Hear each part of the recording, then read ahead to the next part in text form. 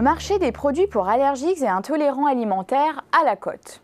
Avec des ventes en forte croissance en grande surface alimentaire et circuits spécialisés, il pesait déjà plus de 900 millions d'euros en 2016. Et il devrait encore afficher une insolente vitalité en 2017 et 2018 selon la nouvelle étude de Xerfi-France. Ce dynamisme s'explique par trois grands moteurs. La multiplication des points de vente, une demande bien orientée avec l'explosion du nombre de consommateurs non contraints, c'est-à-dire les suiveurs de mode, et enfin celle des références disponibles.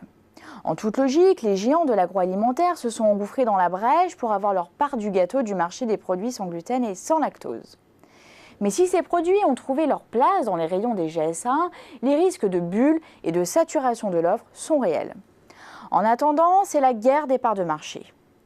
Alors c'est vrai, les acteurs historiques ont une forte légitimité, aussi bien les spécialistes comme Dr Char que les multispécialistes comme Nutrition et Santé. Ils se heurtent toutefois à la concurrence croissante des marques de distributeurs et celle des géants de l'agroalimentaire, par exemple Barilla ou Nestlé. La part de marché des premières devrait même progresser à l'avenir grâce à l'attractivité des MDD en termes de prix et de capacité à innover.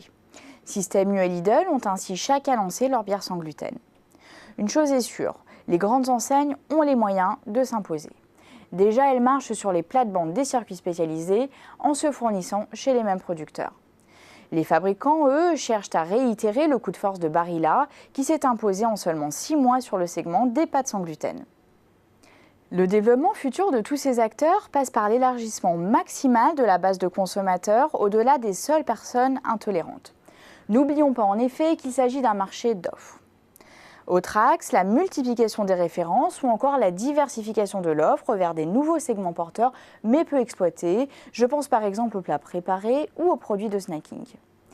Citons également l'accumulation des labels sur les produits type sans gluten, vegan ou bio. Ce levier de croissance a clairement le vent en poupe ces derniers mois, favorisé par l'entrée sur le marché des multispécialistes et des grands groupes de l'alimentaire. Le multispécialiste Björk, Bonne Terre et compagnie a ainsi lancé en avril une large gamme de produits bio et sans gluten. Sauf que cette stratégie de plurilabellisation entretient la confusion entre les produits sains et les produits pour allergiques et intolérants alimentaires, au risque parfois de décrédibiliser l'offre.